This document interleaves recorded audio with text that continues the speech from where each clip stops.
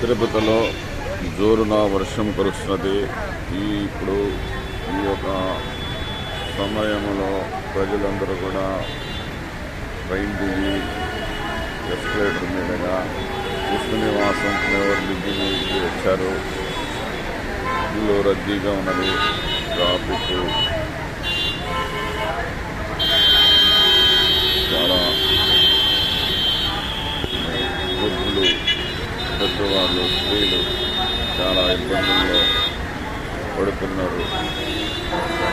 ఆటోలు అన్నీ దొరకక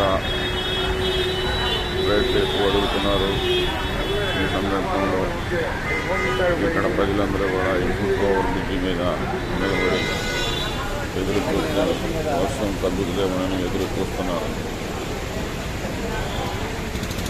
నమస్తే, జయ శ్రీమన్నారాయణ.